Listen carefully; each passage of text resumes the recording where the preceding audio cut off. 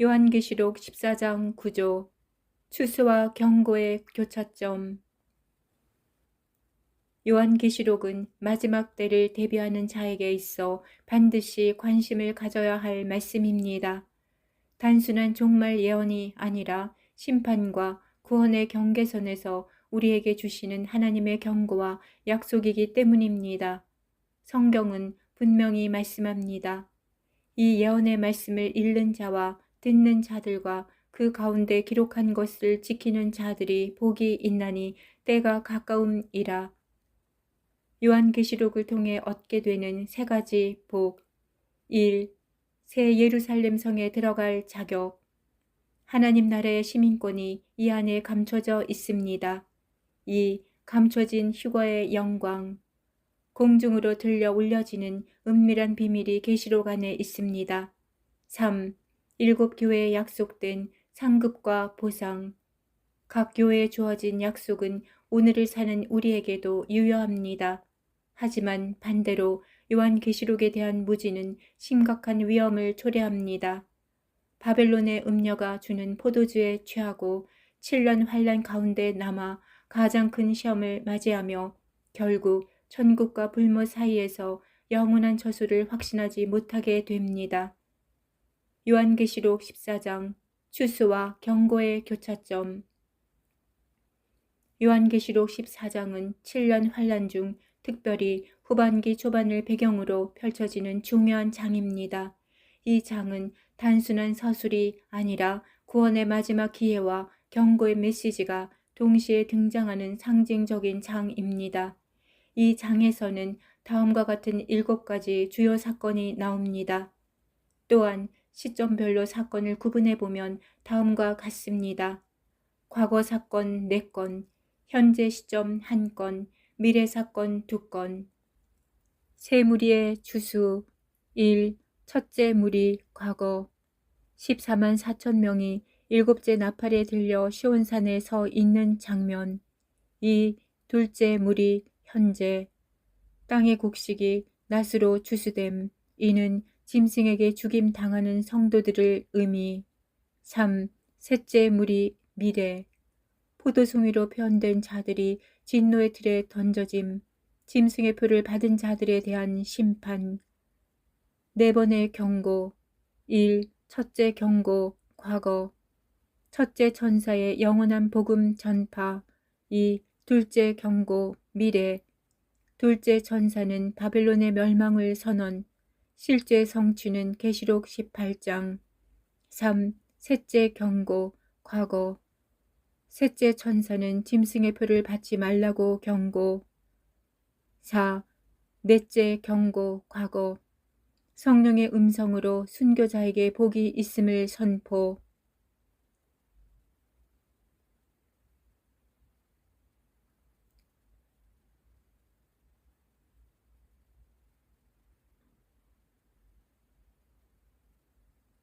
(14만 4천 명의 정체에 대한 고찰).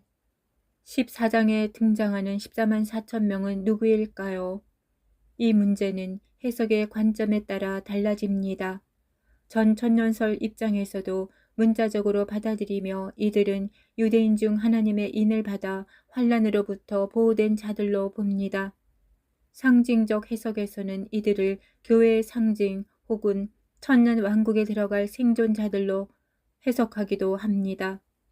하지만 계시록 14장에서는 이들이 이미 시온산 위에서 어린 양과 함께 서 있으며 속량함을 받은 처음 익은 열매로 묘사됩니다. 이는 이미 휴거되었음을 나타내는 은유로 해석될 수 있습니다.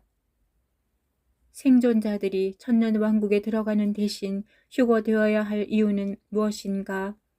예비처에서 보호받아 7년을 거친 후 휴거되어 시온산에서 새 노래를 부르는 것은 끝나는 시점이나 깨어 있어야 어떤 조건도 없이 단지 시간만 연장된 것이 아니냐는 의문을 갖게 합니다.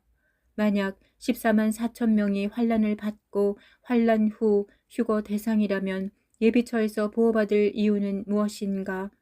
반면 만약 14만 4천 명이 예비처에서 보호받지 않았다면 예비처에서 보호받는 여자는 누구인가? 일부 해석에서는 14만 4천 명을 천년 왕국에 들어갈 유대 생존자들로 보기도 합니다. 계시록 해석에는 여러 견해가 있으며 모든 것을 완벽히 이해할 수 없는 이유도 여기에 있습니다. 후반기의 휴거와 재림 14장은 교회의 휴거와 직접적 연관은 없지만 하나님의 구원 계획이 어떻게 환란기 내내 이루어지는지를 보여줍니다.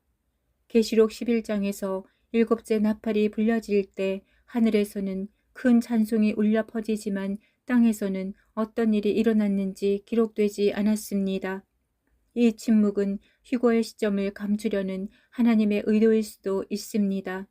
또한 계시록 11장 17절에서는 옛적에도 계셨고 지금도 계신 주 하나님 곧 전능하신 이여 라고 고백하며 오시리에 대한 표현이 생략되어 있습니다.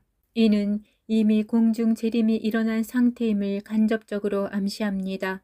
따라서 후반기에는 더 이상의 휴거는 없고 남은 것은 짐승과 그 표를 받은 자들에 대한 심판뿐입니다.